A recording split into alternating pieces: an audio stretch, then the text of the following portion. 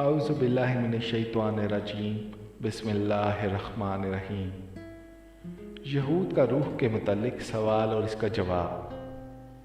حضرت عبداللہ بن مسعود بیان فرماتے ہیں کہ میں رسول اللہ کے ساتھ مدینہ منورہ کے بعض کھیت یا ویرانے میں چل رہا تھا اور آپ اس وقت ایک شاخ پر سہارا دے کر کھڑے ہوئے تھے۔ اتنے میں ہم یہود کے ایک گروہ کے پاس سے گزرے۔ ان میں سے بعض نے اپنے باز سے کہا کہ آپ رسول اللہ سے روح کے متعلق سوال کرو۔ بعض نے کہا مت پوچھو، کہیں ایسا نہ ہو کہ اس کی وجہ سے ایسی بات پیدا ہو جائے جس کو تم ناگوار سمجھو۔ بعض نے کہا کہ ہم ضرور پوچھیں گے۔ چنانچہ ان میں سے ایک شخص کھڑا ہوا اور اس نے کہا رسول اللہ، روح کیا ہے؟ یہ سن کر نبی کریم خاموش رہے۔ مجھے معلوم ہو گیا آپ پر اب وحی نازل ہوگی۔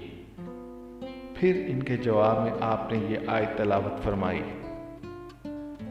یہ لوگ آپ سے روح کے متعلق دریافت کرتے ہیں، آپ کہہ دیجئے کہ روح اللہ تعالیٰ کا ایک حکم ہے اور جو کچھ ان کو علم دیا گیا ہے وہ بہت تھوڑا ہے۔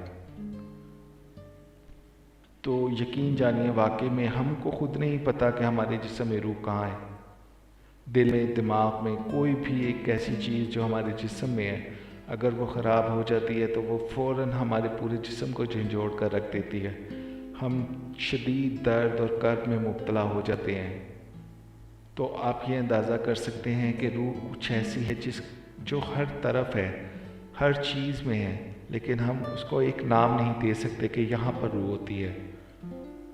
تو اللہ تعالیٰ ہی اس راز کو جانتے ہیں اور ان کا علم ہی ہے جو ہمارے علم سے بہت زیادہ ہے۔ تو اللہ تعالیٰ ہمیں اللہ تعالیٰ کے کاموں کو سمجھنے کی توفیق عطا فرمائے۔